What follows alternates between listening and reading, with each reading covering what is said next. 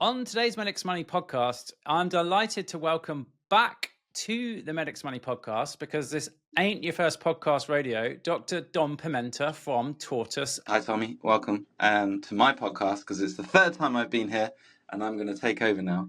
Do I get a jacket? Is that what happens? We've got like a loyalty program. If you earn enough points, you get a discount on some up-to-date sound recording software, which you may. I should probably sort that out, actually. As I say, a podcast, a frequent flyer now, needs some proper kit, I guess. I didn't realize this was the third time because basically, right, the short history of how me and Dom know each other is early on in the pandemic. I think we both pretty worried and neither of us could get hold of PPE. So we started making our own PPE for free using some amazing support from amazing companies. So for me, I was working with Rolls-Royce. It was totally bizarre. I'd do a shift on COVID, then I'd go to the Rolls-Royce factory and they wouldn't let me in, right? Because everyone's like, oh, you get to go in the factory. No.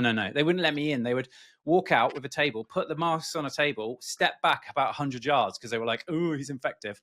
And then I'd try them on and we'd prototype them. Anyway, eventually we got some prototypes. We made 10,000 of them, but we got against a block, which was we couldn't quite scale past 10,000. And 10,000 is a good amount. All for free, distributed for free. And then I bumped into Dom, who had like an insane setup of everything, really. And you were making hundreds of thousands. And then that's how we got sort of together, right? And then you were doing the Healthcare Workers Foundation as well? Yeah, so it was exactly as you say, right? So similar times, doing everyone just trying to pull together. It was quite a nice time in a grim sort of way, in that everybody was just doing one thing, which was like fighting COVID. And actually, sometimes human endeavor is great for a bit of alignment. So what we were doing, yeah, we started a charity, I think actually the week before lockdown. It was called Heroes then, it's called the Healthcare Workers Foundation now. Raised about 3 million, I think, in the first month. And then we ended up building, well, lots of things, PPE across the board and doing donations and food drops, and had a bereavement fund set up actually for the children of healthcare workers that lost their lives during the pandemic. But I think the bit that you're referring to was that we had a hub, which was super cool, and we called it Shield, which I now can't remember what it was called, why it was called Shield, but it had, I think, 100 3D printers.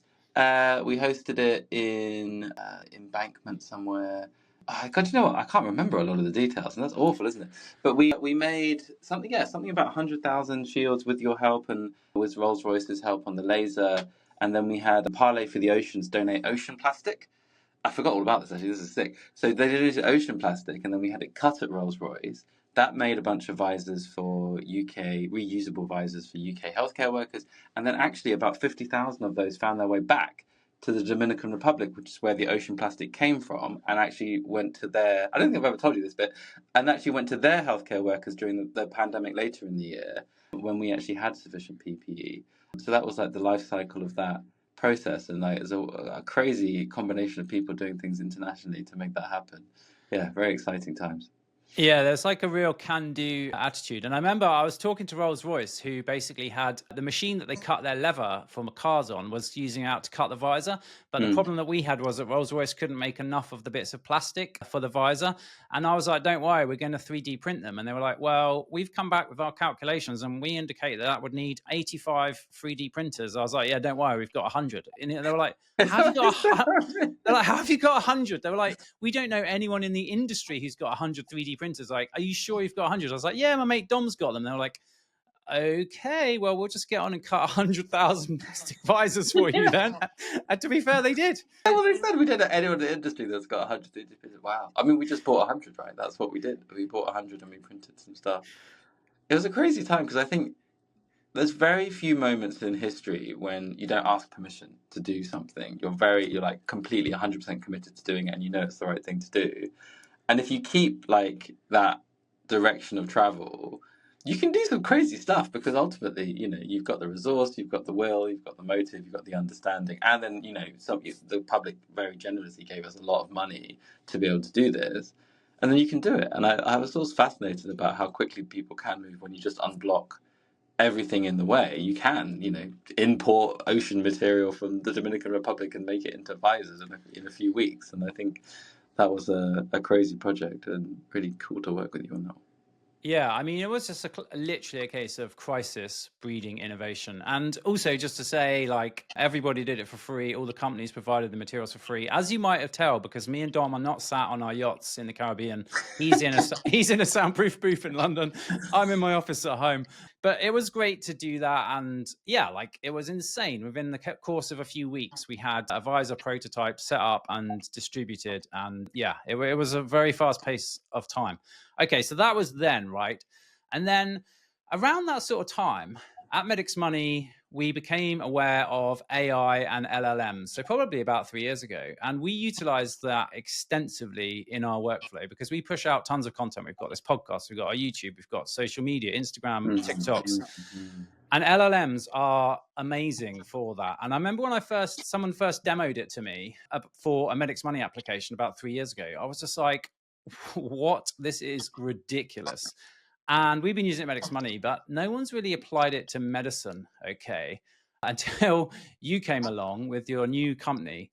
So can we just do a demo of this? Because we could talk about this all day long. But I remember the first time I saw an LLM do something, and I was just like, because like there's certain pinch points in every workflow, okay? And a big pinch point for me in my daily workflow is I see a patient, I take the history, I speak to them, I do the examination, set up the treatment plan, and I've only got 10 minutes as a GP to do all of that, right? And then writing the notes is always left till the last, and it's always felt a bit rushed. And it also is massive work duplication because I'm just taking what I just said to the patient and putting it in the notes, and I'm just like, oh, there must be a better way. And that's what we do, like at MedicsMoney. We take the podcast transcript and we make, shorts and clips out of it. So it's a slightly lower fidelity thing, but the same principle. So can we just do the demo? Because Yeah, I like love that. this. It's a good. That's how we started pitching it in conferences. I say, "Hello, we're Tortus. We make AI for doctors. I'm a doctor, and here's some AI." Yeah. That's it. Get straight to the punchline because, yeah, I mean, a lot of doctors are not going to be, I would have never found out about this if it wasn't, running MedicsMoney. And then the application to medicine is next level. Let's have a little look here. Okay, so here is Tortus. It's a desktop app. It's installed.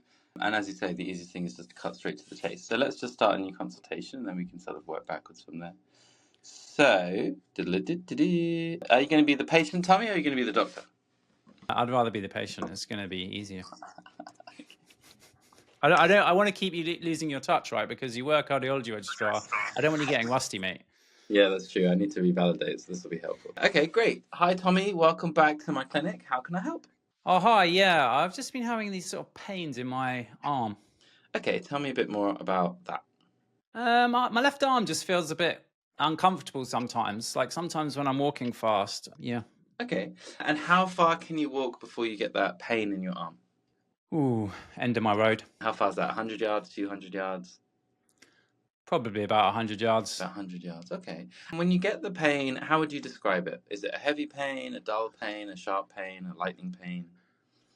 I sometimes feel like someone's standing on my chest and it's kind of in my arm as well. It's very strange. What do you think it is? Well, let's have a think about it, but let's ask you a few more questions first. So, what does it get better when you have a rest? Oh, yeah. Yeah, I just stop and it usually settles down. And how long have you had this pain for? Oh, quite a few months. I didn't think it was anything serious. Do you think it's anything serious? Potentially, and we should just dig into this a little bit more. So, 100 yards is where you're getting to now. When it first started, how far would you walk before you got the pain? Well, I could at least make it to the pub, and that's 200 yards. 200. So it is getting worse, but maybe not that fast. And any associated symptoms? Any sort of heart flutterings or feeling the sensation of your heartbeat in your chest? Sometimes I feel a bit sweaty, but then I just think I'm on a walk, and I don't often walk very far. So I'd be sweaty anyway on a walk, wouldn't I? Gotcha. And any nausea or any other symptoms at all when you get the pain? Breathlessness? No. Okay. And have you ever had this pain before? I suppose I've had it on and off for the last few years. I mean, I stopped smoking a while ago, but I've restarted because I didn't really feel any better. How long have you smoked for? Since about 14. Okay, and how old are you now? 56. Okay, so nearly 42 years. That's impressive. How's your cholesterol? My what? Your cholesterol? And have you ever had your cholesterol checked? Oh, I don't eat any cholesterol, so it's fine. Fair enough. How's your blood pressure? I don't know. Don't know. Yeah, that's fair enough. Any family history of heart disease? Not as far as I know, but I don't really know half my family. No, fair enough. And any history of diabetes in the family, or that you yourself have been diagnosed with? I don't really go to doctors unless it's something serious, so I don't have diabetes as far as I know. And just tell me, do you have any other medical conditions? Not that I know of, but like I say, I don't really come to the doctor unless it's something serious. Yeah, no, fair enough. And are you allergic to anything? No. And anything else fun in the family at all? Well, my brother died last year. Okay, he passed away. I'm sorry to hear that. Well, that's why I came today, really, because I think he was saying he had a sore arm and a chest, and then a couple of weeks later, he died. Oh, okay. And did they ever find out the reason why? I'm not sure. Okay, maybe we can look into that. And what do you do for a living? Oh, I work at the post office. Post office. And very sedentary job, or do you get out on your feet? What do you do at the post office? Yeah, I just sit in one chair the whole day and I just put letters in the right boxes so that everyone gets their Christmas cards. Okay, I mean, that sounds like a very seasonal job, but sure. Great, I'm just going to examine you now. So also the patient's while at rest, heart rate is 90 and regular, respiratory rate is 20, saturations in room air are 98%. Yeah, and respiratory examination, lung bases are clear, good air entry bilaterally, heart sounds 1 plus 2 plus a 2 out of 6, systolic murmur loudest at the left sternal edge, radiating to both carotids. Abdominal examination is normal, soft, non-tender, no arterial bruits, no peripheral edema. Okay, well, I'm a bit worried about you. The symptoms do sound like a potential heart problem. Sound like you're relatively high risk with the smoking history and potentially with your brother as well. So what we'll do is we'll do some blood tests, get you an ECG, and then I'm going to get you seen urgently at the rapid access chest pain clinic at the hospital in the next couple of days. Would that be okay? Okay, perfect. All right, thanks so much. So at the end of the consultation, obviously I said to you blood tests and scans and things. I didn't really explain what they were, so I'd want to add them to my note as well. So I say, okay, the next patient, blood tests, full blood count, using these LFTs, troponin, baseline, and a 12-lead ECG, and then arrange for rapid access chest pain clinic urgent referral at St. Jude's Hospital in the next couple of days. So then at the end of it, I can create my document very quickly. So you can already see that it's super fast. So the transcript is already back. So let's have a look. Hi, Tommy. Welcome back to my clinic. My left arm feels uncomfortable, about 100 yards. Let's dig into it a bit more. Pain and breathlessness, history of diabetes.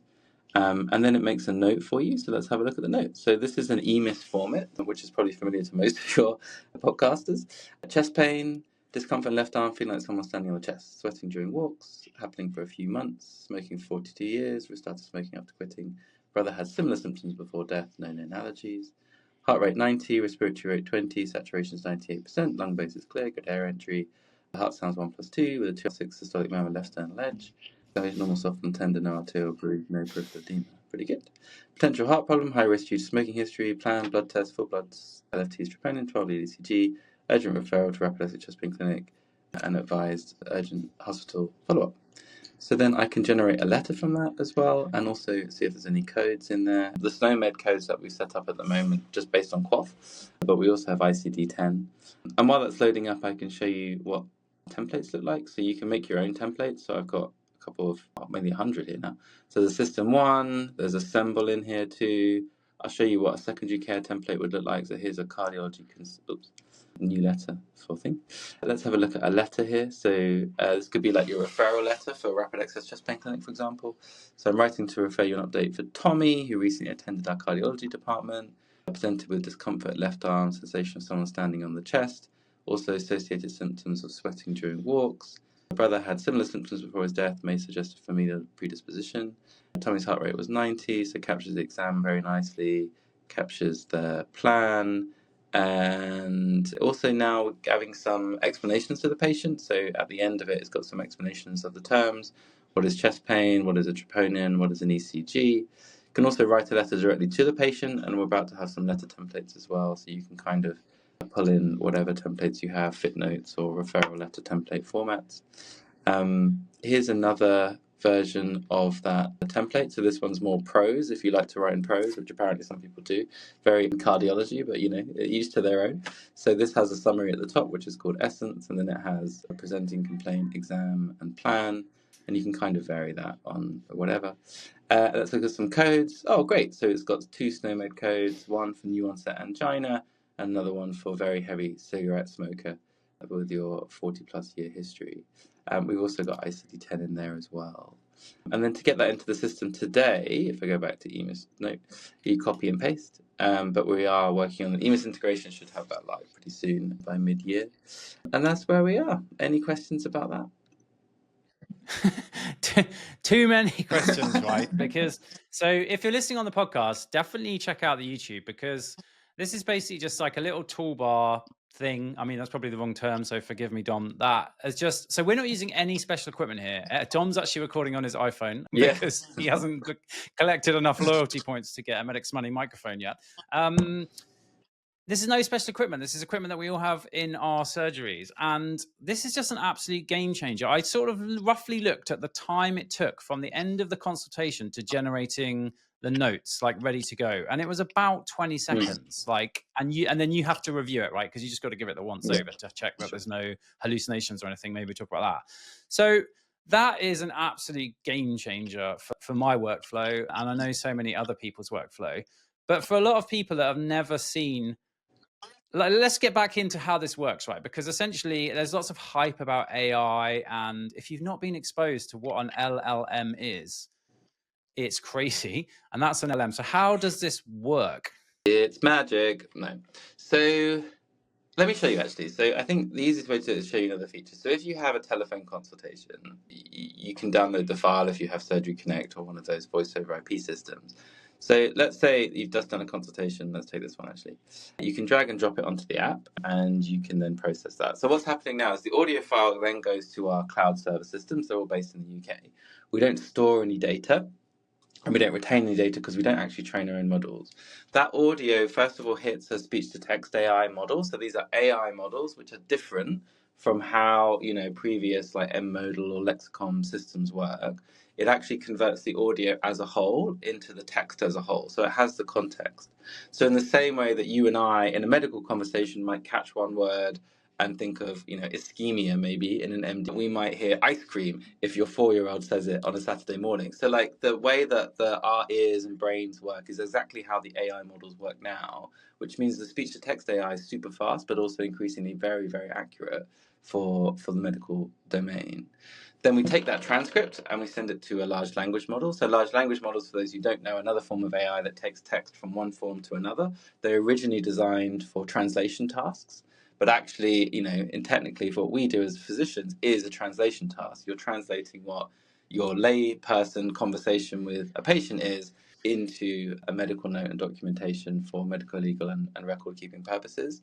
We use multiple models. We're constantly updating them. The ability of us the choice to not train our own models meant that we actually invested most of our time into clinical evaluation of models, guardrailing them for safety and accuracy. And then we can then choose and move with the time. So actually the system will only get better and more accurate continuously forever, because the nature of AI models themselves now are moving so fast. That generates the note, and then actually we feed it the templates and even your custom vocabulary as well. So it's very much tailored to each individual physician. And then that feeds into writing letters or other documentation, and then that feeds into a coding system. So currently the coding system has ICD-10 SNOMED, and the SNOMED codes are specifically for QOF. But actually now looking at other codes, so for HRG code, for example, for emergency departments, or OPCS codes like the procedural codes for outpatients. And there's a few coding systems, but it doesn't seem to be a particularly tricky task. And then you press a button and then it pushes all back in again. The data in the cloud is a little bit like a calculator. It only exists for the moment that the calculation exists for, which is basically how the models work. They're just like huge number crunchers, and the outputs and inputs are words, but the inside is all numbers. And then that data is never kept anywhere. And then when it comes back to the app, as long as you've got the app open, you can have multiple consultations running and the audio files are there. But when you close the app, it all disappears. So there's no retention of data long term. Yeah, and that's how it works. Yeah. Okay. Simple. So because I'm like, as soon as I saw this, I was like, right, I need this. So I'm implementing this in my surgery right now. So I've seen the demo, I've used it, I love it. I've got all the equipment I need in my surgery room. The pickup on even my budget NHS laptop The sound it picks up perfectly fine. It's picking it up from Dom's phone right now. Like we actually are using Dom's phone. So that's that bit ticked off, right? Let's talk about privacy and security, because I think this is a big area where a lot of people. So you mentioned that the data is not stored. Like, tell me about privacy and security. Yeah, so we've spent, maybe that's why we call Tortus, about a year building a compliance footprint. So we follow DTAC, which is the Digital Technology Assessment Criteria for the NHS, and DSPT. We're also Cyber Essentials Plus certified now, and the app itself goes through a special, it's quite cool actually. You have to pay someone to try to hack you every year, and then when they fail, they give you a certificate saying that you're pen tested. So we have those pen tests, and we did that a few months ago. All the servers are in the UK. It follows all GDPR compliant. And then from a safety perspective, there's 4 clinical safety officers in the company. I am one of them myself, but we have an external agency as well. And we provide a full hazard log and the data protection impact assessment that you need to do the data protection part of it to take new software on. And we've been approved at, I don't know now, 5, 6, 7, 8 big hospitals and ICB sites for exactly that, the data and security. Never had any pushback. I think for us, in AI, generally people are very worried about data because even a few years ago, you really couldn't build anything substantial product-wise without training models yourself, and that meant taking data, using it for your own purposes, and commercializing it. Now we live in a world where actually the exponential growth of the models themselves is increasingly better and better and better. And actually our job is not to try to fine-tune or train them ourselves with any data, so we don't keep the data. And by not needing the data, actually that makes us very light and agile from a compliance perspective, because we just spend most of the time trying to get rid of it as fast as possible, which means it's very low lift from compliance. And data security is then very high because we're not actually handling any volume of data or storing any volume of data for any length of time. And the only thing that gets stored at any real length of time is on your actual computer desktop itself, which is the local file. So it's super secure in that sense. And as I said, past multiple hoops. I mean, we've been at Great Ormond Street now for about a year, and we definitely done all the data requirements there. You can measure it's an extremely high bar. And then everything else downstream in the NHS is pretty standard. We're at a few different hospitals now as well. So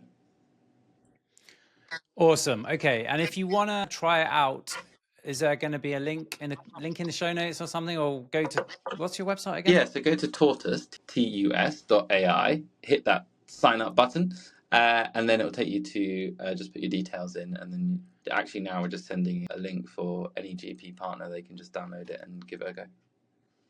Yeah, and it's super easy to get going. So I love that. Okay, so that's that bit. Let's talk a bit about what's going to interest a lot of our listeners is like starting a company like this and building in the NHS, right? Because some people, not me, say that the NHS is where startups go to die. And we've seen a lot of startups just go to America and get traction over there because market size, but other barriers. So how has it been working inside the NHS? Yeah, I think it's a really I think one of the things about startups is it's incredibly dichotomous. Like I basically say when anyone asks me any question about a startup, I'll say answer A, and then completely controversially, the opposite answer B, is also true. So the NHS is a really good example of that. Actually, at the top end, it's a great place to innovate, right? It's often motivated purely, as most startup mission-driven founders are, by solving the problem as opposed to the commercial is. And that means you get to work with great people that really want to change things and help their patients, and that's incredibly motivating and actually a great pull for talent. The data that hospitals have and the systems that they have is already set up essentially for collaboration and cooperation across the board. But it's also a terrible place to innovate because I think the biggest problem is like you can go very far with one hospital, and actually now we've gone very far with quite a few different organizations and had it installed at organization-wide level. But when you go to the hospital, even down the road, 100 yards, 200 yards down the road, you just start from scratch. And I think that's one of the biggest issues with the NHS is actually, even though we have some of the generalizable certifications like DTAC, for example, it doesn't actually generalize in reality. I can't just get DTAC secured here and then it passports across a region or even passports across an ICB. And I think that is a slightly egregious problem for the NHS as a whole. Like it's a missed opportunity, right? It's a national system. We should have the ability to adopt innovation nationally. And actually we don't. So for startups like us that have done the hard yards and been scrutinized really, really harshly in many senses on all our data protection and cybersecurity and passed all those hurdles, we then still have to start from scratch every single time. And that means that, I can go to you and say, do you want this thing? And you're like, yes, that's great. I want that now. And it's past all the hurdles down the road in, the county next door. But actually you're 8 weeks, 10 weeks, or potentially forever blocked from getting it because there's other layers of governance that don't come across. Which is not to say that I really believe that the governance and the cybersecurity and the safety is really how we should be approaching specifically AI, large language models in healthcare. But I think, and we do research studies, and we're running a big study right now in multiple different places to answer that question, to get the evidence. But even that might not be sufficient to then passport across every domain. And I think that's where a lot of startups just get stuck. They can't commercialize fast enough. They run out of money and then they die. I think we're not actually, fortunately, in that position. I mean, we've actually been very fortunate and we've had a lot of adoption. I thought also right place, right time, right? Technology is now only just getting to the point where it can actually be used in this situation with great efficiency. But I think the many, many other great innovations that just never got off the ground because of this as a specific problem, which it really shouldn't be. And a lot of people go to the US because you can have a short conversation there and secure a contract potentially for 10 times the value, 10 times faster, and repeat that motion multiple times, which is the key thing. It's the repeatable motion. As soon as you get, even if the hurdles are always hard, but they're always the same, you can copy and paste the paperwork, for example. And that's much harder to do over here. But I think it's a very solvable problem. We just have to have a bit more of a national framework for evaluating software and then being able to deploy it at scale. It doesn't seem like that would be particularly hard. It just needs a bit of organization. But I guess that's always been the problem with the NHS. Yeah, for sure. I think as well, like essentially, right, what you're doing is with the NHS going to hospitals is B2B, right? Business to business. I think you've got an option for GP, right? Certain things have happened in GP recently, which makes it much easier for a company like yourself to get serious traction in GP because we've got PCNs now, which most of our listeners will be aware of, but essentially they are groups of practices, somewhere between 30 and 100,000 patients. And they have like much more freedom in what they can commission, right? So in my PCN, if I see something like, Dom's Tortus thing and I like it, I can choose to spend some of my budget on it. And I just have to go by my PCN colleagues. It doesn't have to go via some NHS board or any of that. And we have done that to adopt new technology. But the key for me with adopting new technology is like that initial friction. So like how easy is it to install? And I mentioned this earlier, but the first time back in the day, I tried to install software on my computer in the NHS and it'd be like, you haven't contact your administrator, contact your network organizer or whatever. And I was like, oh, what is this about? And then I think the first thing that did that really seamlessly was AccuRx. It just installed great. There was no friction. And then the early process was really good. So I think, how do you think about that frictionless onboarding? Because I think for GPs, they could just download this, talk to their PCN colleagues, satisfy themselves that it's what they want, and then just install it and get going. I mean, if only. So basically, that friction point that you just highlighted is actually where I spent most of my time for like the last few months trying to figure out. There's a few different ways of hacking it, but I think, for example, some people have no problem at all. The admin rights are extremely variable. Some people require administration rights. I think generally what we've been trying to do now is to get approval for an area and then let the people know in the area that it is approved. So, for example, if you're based in NHS Humber and North Yorkshire right now, your IT service, which covers the entire ICS, has already approved. You can actually go on your self-serve portal and download OSLA directly. And there's a few other ICBs in the country that are either there or there, and the list is growing all the time. Some other places, for example, if you practice privately, you can just install it on your own computer. You don't even have to worry about it. You just sign a data protection agreement and off you go. And I think it's just extremely variable. Like if it was a very strictly gated process and the process was always the same, it would be so much easier. We could literally just send it to every ICS in the country and have it sorted out in 6 to 8 weeks, and then it's off you go. But I think the issue is like, we have one set of paperwork, which is like national guidance, send it to one ICB. They're like, no, we like this paperwork. And you're like, okay, well, what's the difference? It's just in a different format. But it's just the nature of how thus far we've looked at IT governance and IT systems as basically an independent supplier choice. You choose your supplier of your hardware, and the ICB controls the hardware itself, and then they choose their vendor to look after it. And all of that just means it's very, very inconsistent, which means it's an absolute nightmare from a friction point of view. I think we're getting better at that, but like we're just trying to figure out how to navigate that. The alternative is to go on the web and be a web app, but technically that requires the same approvals. It just people bypass that, and actually in the long run that's probably a bad thing, especially with data protection and security and things like that. So I think, again, Tortus AI, it is slower, but I think it's longer term value to get the approvals done and to do it properly. And we're doing that in multiple sites now. So I don't think it'll take very long. It just is a bit of a slower process. Hey, if you can make 100,000 licensed PPE distributed across the country, this bit should be way easy. Okay, for the last bit, I just want to talk about like trying to see round corners, gaze into the future. Because like I said, I've been using like MedicsMoney for about 3 years. And I think in medicine, we're always a few steps behind in technology for various reasons. That's fine. So like, what's next for AI? Do you think like AI is ever going to replace doctors? Because we've had a few big companies that have tried to use AI for triage and diagnosis and stuff. And I think they've all burnt a ton of money and no longer exist, sadly. But what's your sort of take on where we will be in 3 years' time? Yeah, so my take is no replacement. And the very simple reason is, as good as the technology gets, and it's almost a completely like semantic argument, because fundamentally, what is the medical legal framework to replace a human physician liability with an AI? It doesn't matter who runs that company or the software, or, there's a big debate in the US right now about, protection of liability. But fundamentally, if you come to harm because the AI made a mistake, who is going to bear the medical legal responsibility? And in the next 5 to 10 years, I cannot see anyone except the physician that's trained to take that responsibility being the point of contact.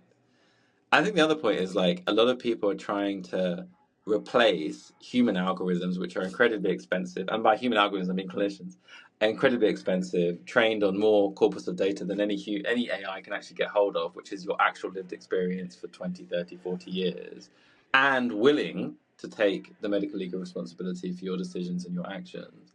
And even more fundamentally, if you look at the system as a whole right now, it makes far more sense to unlock the capabilities of those existing algorithms by essentially taking away a lot of that administrative burden, which in some places is like 60% of time.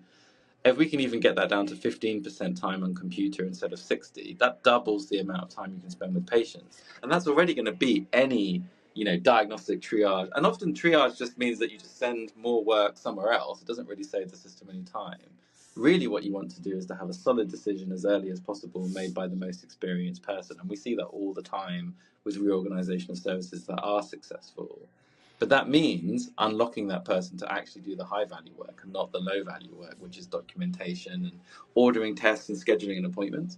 So I think in 3 years' time, we will all work alongside a personal AI. I really cannot see a world where that doesn't happen. And that AI will do all your busy work for you, your scheduling your appointments, your follow-up. Maybe that will even follow the patient home and do the nudges and make sure they understand their meds and maybe even translate. I mean, there's a few different where could we go with that? But I think fundamentally the idea of clinicians assisted, like fully assisted, is probably actually what happens to medicine for the next 5 to 10 years. Much more productive, much more efficient. Our goal at the moment is to just take all the admin burden away, like entirely, from information gathering to documentation to taking action, scheduling, and appointments. But beyond that, to make clinicians smarter, to have access to guidelines, the latest research, operational knowledge. Wouldn't it be great if you knew what the A&E waiting time was for the 3 local hospitals near you, right? Like really simple stuff. But again, these are easy things to build from an AI perspective that actually unlocks massive value in the system. You can make the decision which A&E to send because I've given you all the different waiting list times, and actually you can choose for the patient what's the right place to go for a services perspective. And then beyond that, maybe make the patient smarter, give them much more care navigation and knowledge. And I think the NHS app, interestingly, might end up going that way with some AI power in the next 5 years.